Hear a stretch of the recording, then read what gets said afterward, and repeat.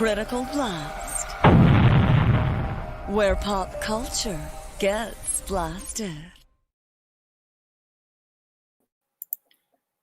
And here we are. Welcome everybody to Open Mic Night. We'll see if anybody pops in. I have put, of course, the invitation to the studio in the description of this video, but just to be extra double sure, I will put it here in the chat. So if you're watching the chat and you decide that you want to jump in, just click on that and join us here in StreamYard. It's been an interesting week. I'm in a position now where I don't have anybody lined up as guests for the foreseeable future. We've advertised that we are open for business and we're ready to take on some people. Nothing like getting a new laptop, which if you've seen our past streams, you'll know that laptop issues were a huge problem with our StreamYard presentations. This new laptop eliminated all of those until it didn't. And what I mean by that is that this particular laptop encountered issues. Now, for some reason, I put it to sleep that night, and I came down the next morning and I opened the lid and I said, "Wake up, little laptop." And my side monitor came on. My main monitor didn't. Well, that's annoying. So I started to type on here to get into the control panel to see why are you not seeing my main monitor, and it didn't see my keyboard either. So since the CPU was working and my side monitor was working, I brought out my handy dandy Bluetooth keyboard and got to use that. So I had computer here, monitor and keyboard over here. It was functional, but it was not desirable. And I don't know what happened. Now, it's a refurbished keyboard. Unfortunately, it was under 30 days of purchase. So I took it in and said, "Hey, I'm still in warranty here. Here's what it's doing. Help me out." It took them all day to figure out what had happened. And even now, nobody knows what happened. We know that it was a setting, but it was a setting that kept putting itself back in place every time they fixed it and would log back on. They'd go into safe mode, they'd fix the settings. Lo and behold, the monitor would come on, the keyboard would work. Great, reboot, goes away. Ultimately, they had to take all 3 batteries out of the machine. Yes, this Lenovo ThinkPad has 3 batteries in it to completely flush the BIOS, after which they'd already replaced all the Windows. I think if they'd have just flushed the BIOS now, it would have taken care of the settings. But to be safe, they totally redid Windows, which was fine. I had everything backed up already on an external hard drive, data-wise. What I didn't have backed up was all the fonts that I download to use to make cards for these shows. I can get those again. What no one could tell me, though, was how the hell it happened in the first place. I've been working with computers for over 30 years. I've got a degree in it. I know how to change my settings on my laptop, and you have to pretty much do it intentionally to make these kind of changes. And it was like, control shift whatever function key, and you can no telling what you can do. I'm like, no, I know what I'm doing with this stuff. But I don't know a lot about taking the thing apart and pulling batteries out and that kind of thing. More application side effort. And so I got it back. Ultimately, it wasn't under warranty. I had to pay a repair fee because it was a setting and not a physical defect. And that was fine. I got it discounted because they didn't know what it was at first either, and they spent a lot of time on it. But I was without this machine for a few days, which was why we weren't streaming so frequently. Got it back in time to do the LCS guys show last night. So if you didn't get a chance to see that, go over and pop into our video stream, and you'll find us talking with local comic shop guys from around the country about all the stuff that affects the sale of comics from the front lines of the effort. So I'm checking the Twitter feed to make sure that anybody else is wanting to come in. Looks like we're going to have some people coming up here in the next week, which is cool. We're going to have Eudaimonia Comics is coming in to promote How to Die. And we're going to have Fanatic Comics coming on to talk about Offworlder. So Any one of them could be any day. So hopefully we'll have something starting tomorrow night. Might have Offworlder coming in to do that. If you're in the chat and you have your own comic that you'd like to just kind of come in and give a blurb to, we will be happy to let you in. That's why the link is there. Come in and shill your stuff. If we get spammed with people shilling a koozie, you know who you are. Yes, we'll still let you talk, but you can't control the show. One other thing I wanted to bring up, and I kind of advertised this on the Twitter link, we are going to try to do a giveaway if we have enough effort, have enough attendance. One viewer is not a giveaway. Can't do that. So, but we will be giving away Riverdale Season 4 later in the stream. And I've already got, it'll be a trivia question thing. And I know you already brought Google up in the side window here. That's what you're going to use to solve the trivia question when I pose it.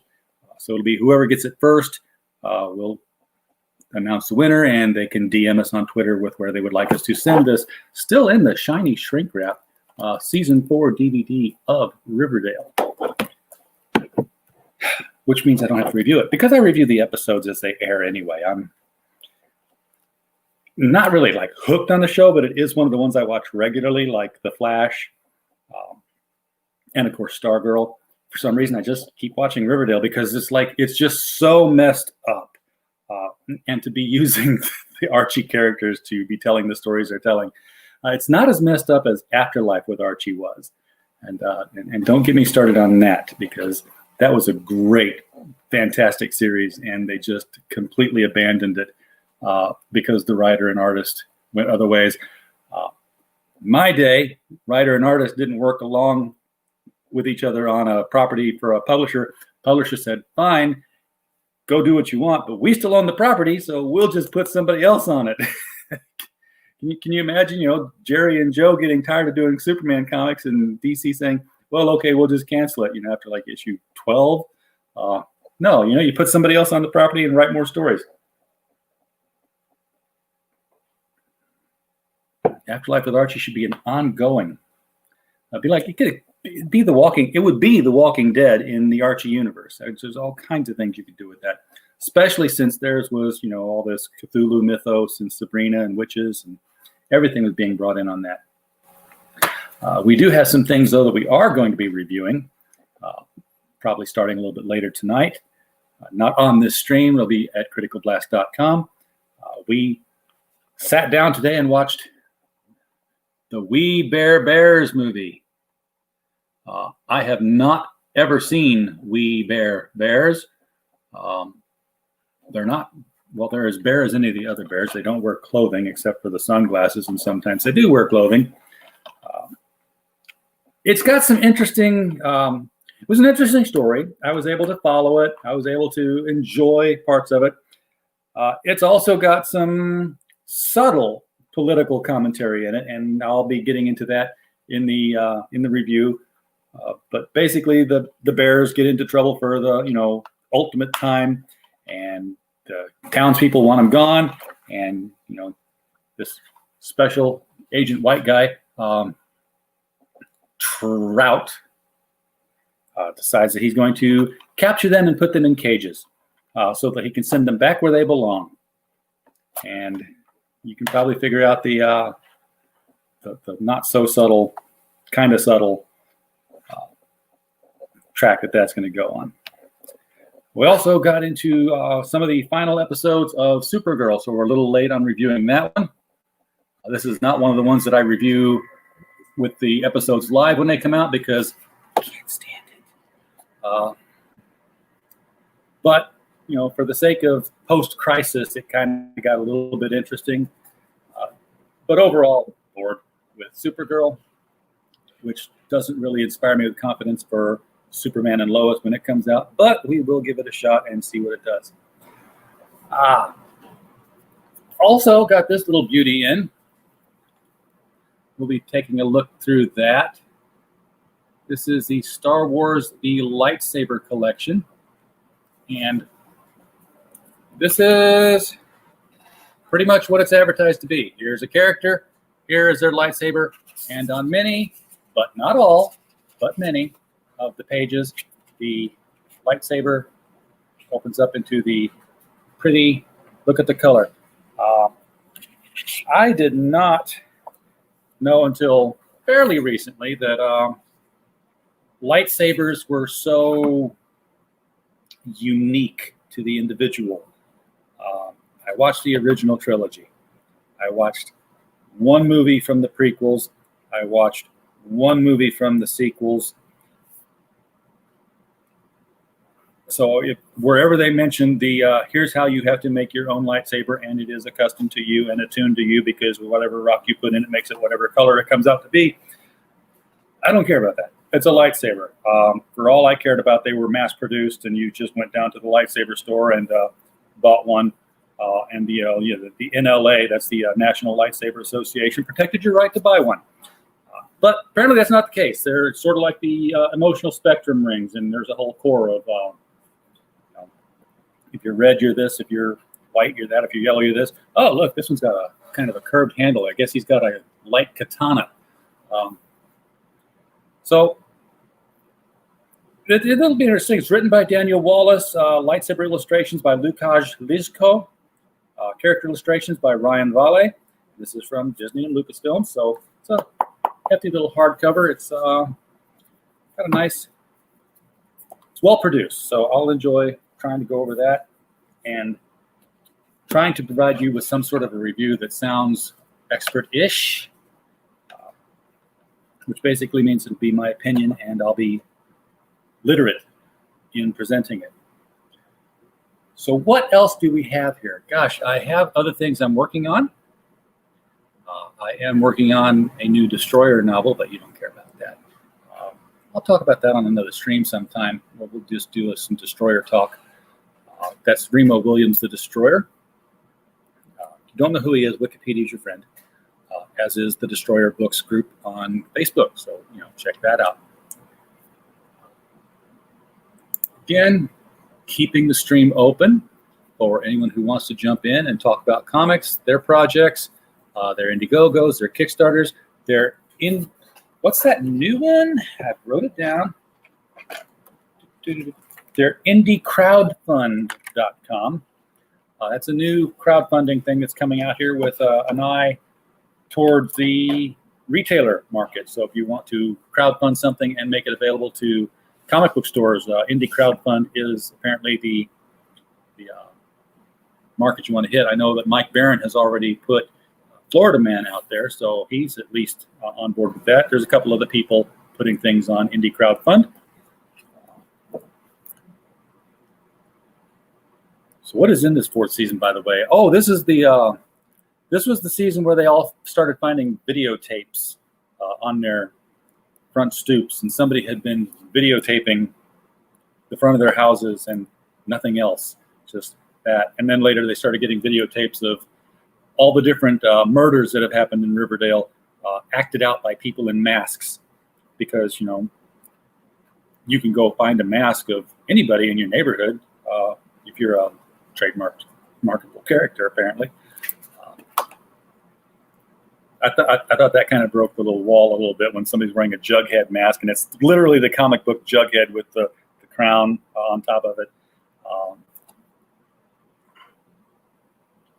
I don't know. Is anybody else enjoying Riverdale? Because I'm kind of liking it, but at the same time, they've kind of split senior year into 2 seasons now, just to make it last a little longer. When Dawson's Creek goes to college, it's not quite the same story anymore. I don't think they can do the Riverdale characters in college because they won't all go to the same one.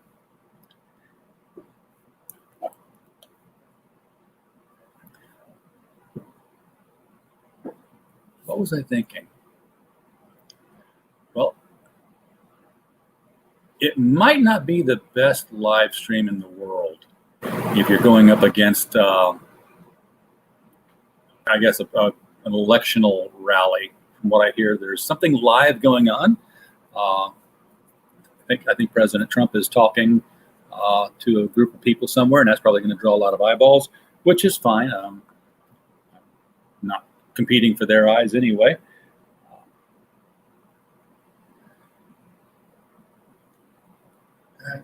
No, that's nothing of interest. I am finding it interesting that a lot of the people who used to write at DC and then weren't writing at DC are coming back to write at DC. You may have seen something about Mark Waid coming back to do a short story. Whether or not that means he's going to do a lot more for DC, we don't know. I've gotten some information on that. It's fairly credible. I'm going to sit on that for a little bit. Just some thoughts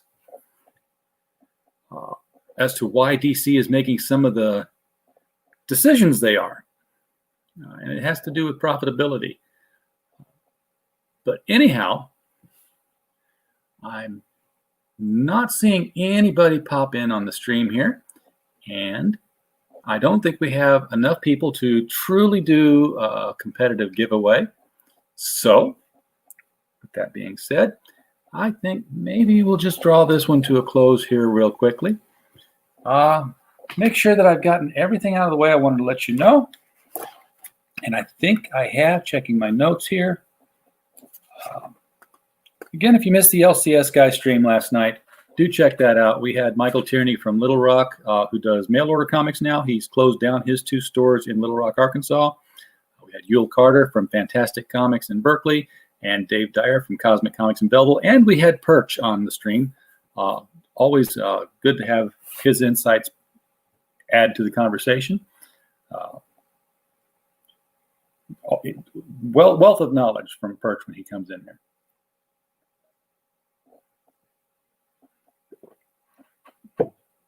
All right, so everybody with a comic out there, apparently you've funded and you're no longer needing to talk about it, or at least not today. So with that, we're just going to close the stream out. Appreciate everybody who popped by to say hi, and we will be back again tomorrow night. I just don't know with who, but I guarantee we'll be here tomorrow night with somebody. We'll talk to you then.